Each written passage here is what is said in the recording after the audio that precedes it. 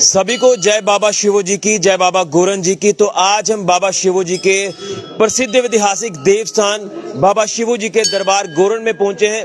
तो आज बाबा शिवो जी का एक बार फिर से इतिहास हम आपके तक पहुंचाने की कोशिश करेंगे, लेकिन सबसे पहले आज के दिन हम आपको दर्शन करवाएंगे बाबा शिवो जी के।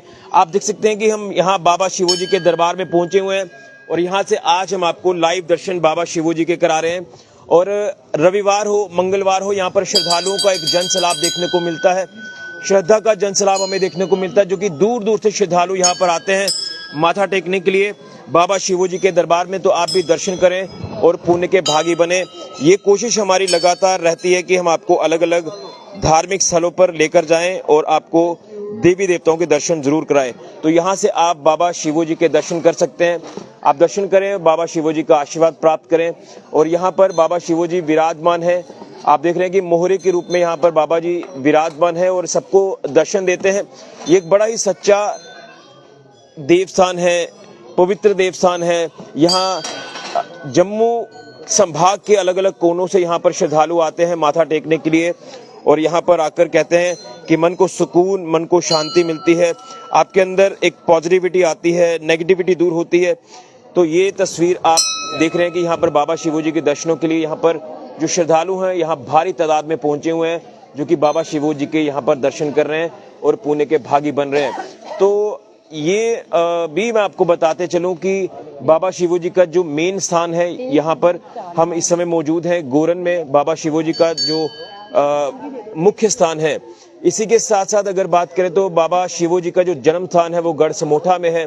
और बाबा डंगा दरबार जो कि धार में है, यहाँ से लगभग 2 से 3 किलोमीटर की दूरी पर है, वहां पर बाबा जी दोतारा बजाया करते। तो आज हम वहां पर भी आपको लेकर चलेंगे, लेकिन सबसे पहले आप दर्शन कर रहे हैं बाबा शिवो जी के देवस्थान से। आप दर्शन करें और पुण्य के भागी बने। वैसे तो हम हर रविवार को दर्शन आपको कराते हैं, लेकिन आज हम दरबार में पहुंचकर आपको दर्शन करा रहे हैं। तो आप दर्शन करें और अब बाबा शिवो जी दा बोल सच्चे दरबार की जय। तो ये आप दर्शन कर रहे हैं और इसके बाद हम यहाँ के जो महंत जी हैं उनसे भी हम जानने की कोशिश करेंगे इतिहास के बारे में, लेकिन सबसे पहले आप दर्शन करें। चलो चलो प्यारे, जय बाबी दी, जय बाबी। तो आप ये दर्शन कर रहे हैं बाबा शिवो जी के, आप तस्वीरों में साफ तौर पर देख सकते हैं।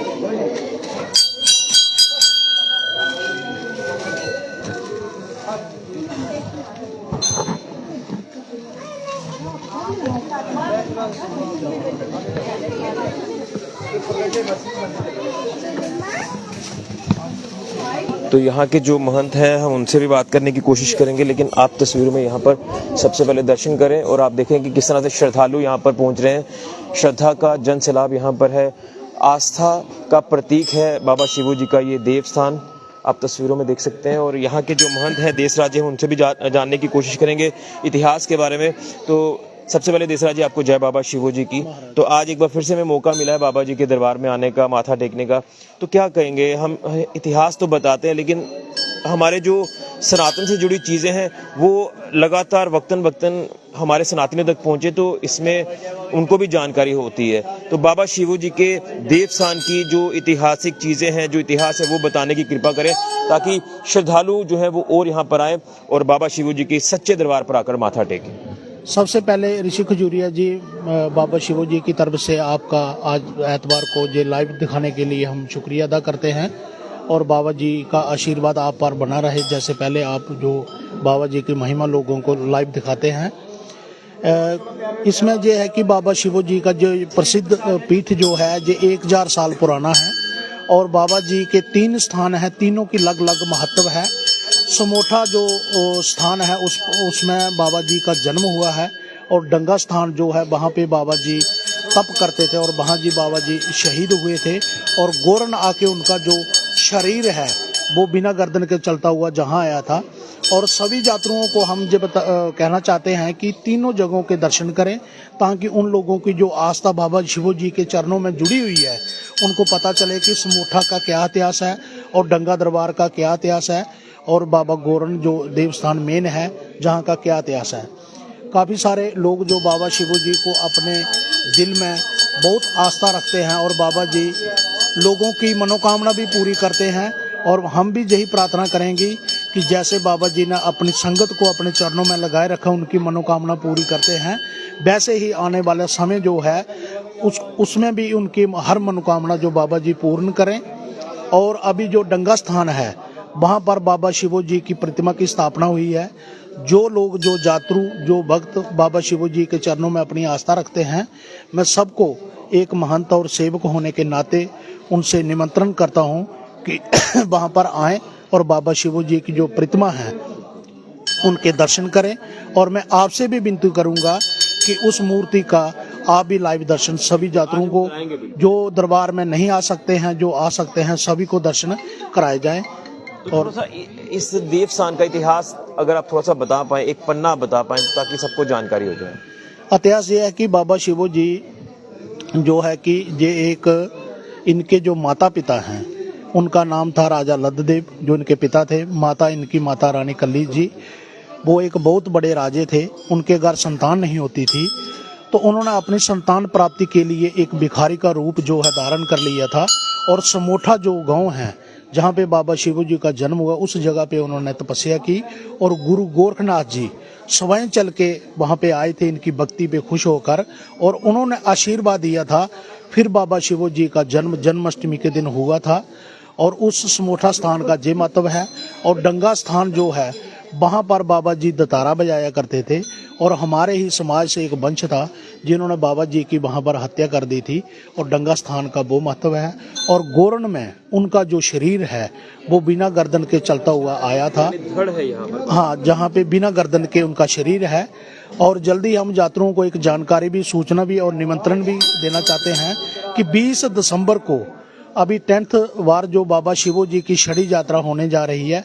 सभी को बाबा शिवो जी की तरफ से निमंत्रण है, और उस छड़ी यात्रा में अपना योगदान दें और उस छड़ी यात्रा के दर्शन करें, और उस छड़ी यात्रा को चार चांद और भव्य बनाने के लिए उसमें शिरकत करें। और जल्दी ही हम अभी समोठा में जो 1000 साल पहले गुरु गोरखनाथ जी आए थे, उनकी भी प्रतिमा तैयार हो चुकी है। वो 16 या 17 जनवरी को वहाँ पे स्थापित की जाएगी। और बाबा जी का इतिहास, जैसे जैसे उनका आदेश आ रहा है, वैसे वैसे हम उनके कार्य होते जाएंगे। और बड़े पैमाने पर अभी आने वाले समय में बाबा शिवो जी की डेवलपमेंट होगी। धन्यवाद। जय बाबा शिवो महाराज की जय हो। लेकिन कहते हैं कि यहाँ पर जो भी श्रद्धालु आते हैं सच्चे मन से, बाबा जी उन सबकी मनोकामनाएं पूर्ण करते हैं। हमने वो भी लोग देखे हैं जिनके घरों पर संतान जो वो नहीं होती है, लेकिन यहाँ पर आकर वो माथा टेकते हैं, विधिवत तरीके से पूजा करते हैं। लेकिन कहते हैं कि मन सच्चा होना चाहिए, साफ होना चाहिए, आपके बिगड़े कार्य भी संपूर्ण होते हैं, दुख तकलीफें, रोग बीमारियां दूर होती हैं, दुष्टों का भी संहार होता है। देखिए ऋषि जी, जो आपने क्वेश्चन किया ये बिल्कुल सही है कि जो बाबा शिवो जी का इतिहास के जैसे चल रहा है, पीछे से भी कोई भी मन्नत अपने कोई बच्चे की नौकरी के लिए करता है वो भी पूर्ण करते हैं, कोई पढ़ाई के लिए करता है वो भी पूर्ण करते हैं, जिनके घर में संतान नहीं होती है वो भी देते हैं बाबा शिवो जी। और कईयों के घर में कोई दुख क्लेश है उनको भी दूर करते हैं। तभी बाबा शिवो जी की चरणों में इतनी आस्था लोगों की जुड़ी हुई है। और हम भी प्रार्थना करते हैं कि ऐसे ही लोगों की आस्था जुड़ी रहे और बाबा जी मनोकामना पूर्त करते रहे।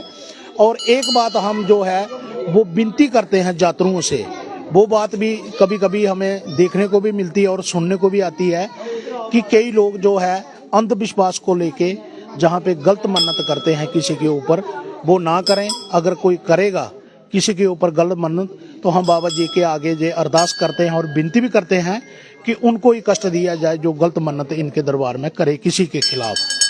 चलिए, बहुत बहुत धन्यवाद। तो महंत देसराज जी ने पूरी जानकारी भी दी है, इतिहास भी बताया है और यात्रियों से अपील भी की है कि गलत चीज़ों पर आप विश्वास करके यहाँ पर कुछ ऐसी चीज़ें ना करें जो कि सनातन को भी आहत पहुँचा सकती हैं और लोगों के अंदर भी एक गलत धारणा जो वो चली जाती है। इसलिए आप लोग सनातन से जुड़ी हुई हर चीज़ का अच्छे से प्रचार करें, सनातन को आगे तक लेकर जाएं, लेकिन अपने देवी देवताओं का मान सम्मान जरूर करें, देवी देवताओं को अच्छे से पूजें। आप देखना कि आप भगवान की भक्ति तो करते हैं, लेकिन आप कुल देवी देवताओं को जब आप पूजेंगे तो आपके ऊपर सदा सदा के लिए आशीर्वाद जो वो देवी देवताओं को बना रहता है।